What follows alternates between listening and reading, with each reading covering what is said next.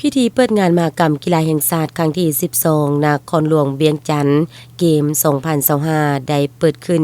อย่างเป็นทางการในตอนแรกของวันที่15พฤศจิกายน2025ที่สนามกีฬาแห่งชาติหลัก16โดยเกียรติเข้าร่วมของท่านทองลุ่นศรีสุริตเลขาธิการใหญ่คณะบริหารงานศูนย์กลางพรรคประธานประเทศแห่งสาธารณรัฐประชาธิปไตยประชาชนลาวพร้อมด้วยภรรยามีการนำขั้นสูงของพรรคและรัฐบาลเจ้าของนครหลวงเวียงจันทน์บรรดาแขวงครูฝึกนักกีฬาและมวลชนในทั่วประเทศเข้าร่วมเป็นจำนวนหลวงหลายท่านอาจสะพังทองศรีพันดรเจ้าของนครหลวงเวียงจันทน์ประธานจัดงานมหกรรมกีฬาแห่งชาติครั้งที่12ได้รายงานต่อพิธีเปิดงานมหกรรมกีฬาแห่งชาติครั้งที่12ว่านครหลวงเวียงจันทน์เป็นเจ้าภาพจัดงานครั้งนี้ได้กำหนดเอาพระธาตุหลวงเป็นสัญลักษณ์โลโก้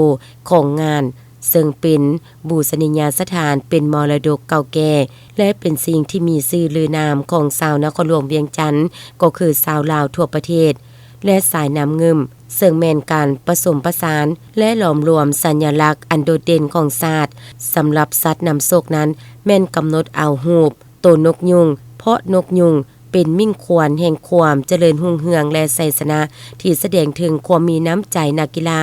ความเป็นเลิศความสามัคคีความหวังความภาคภูมิใจด้านวัฒนธรรมประเพณีอันดีงามและจิตวิญญาณแห่งการแข่งขันก็คือน้ำใจของชาวนครหลวงเวียงจันทน์ในการเป็นเจ้าภาพจัดงานมหกรรมกีฬาแห่งชาติครั้งที่12ปี2025สำหรับงานมหกรรมกีฬาแห่งชาติครั้งนี้มีคณะนำนักกีฬาครูฝึกกรรมการตัดสิน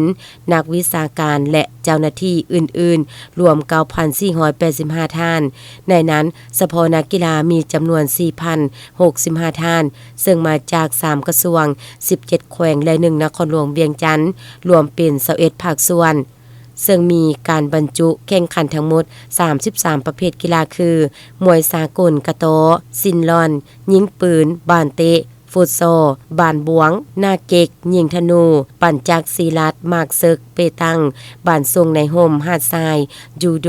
มวยปั๊มลอยน้ำดอกปีกไก่สนุกเกอร์เต้นรักบีหมากข้างเทนนิสซอฟเทนนิสปิงปองรถทีบวูซูเทควันโด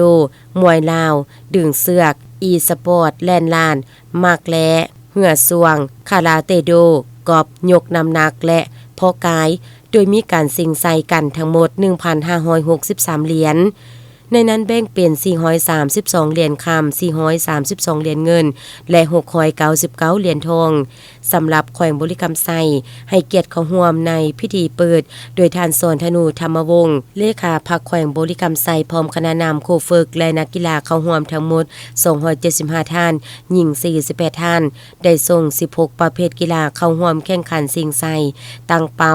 43เหรียญในนั้นเหรียญคำ19เหรียญเหรียญเงิน10เหรียญและเหรียญทอง14เหรียญมีประเภทกีฬาคือประเภทกีฬาแล่นลานสายยิงบันเตสายมากเซิกสายยิงเปตังสายยิงกระโตสายยิงนาเก็กสายยิงเทควันโดสายยิงลักบีสายยิงประเภทกีฬาสวงเหือสาย12สีพาย22สีพายมวยสากลสายยิง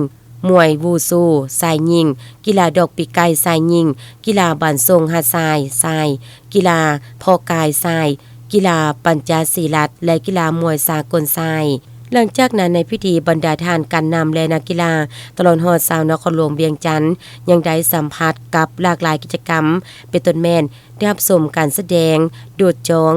การแสดงห้องเพลงและกรขบวนสวนสนามของคณะนักกีฬาจาก3กระทรวง17แขวงและ1นครหลวงเวียงจันทน์เจ้าภาพได้เคลื่อนเข้าสู่สนามการจูดทวนไฟใส่อ่างไฟการปฏิญาณของกรรมการตัดสินและนักกีฬา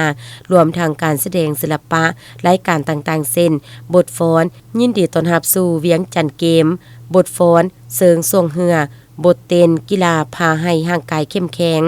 ฟ้อนลำวงลาวเต้นบัดสลบลาวก่อนจะอัดท้ายด้วยการจูดปังไฟดอกอย่างสวยงามและเต็มไปด้วยบรรยากาศอันฟดฟื้นม่วนซื่นของบรรดาแขกและมวลชนชาวนครหลวงเวียงจันทน์เจ้าภาพก็คือชาวลาวทั่วประเทศที่เข้าร่วม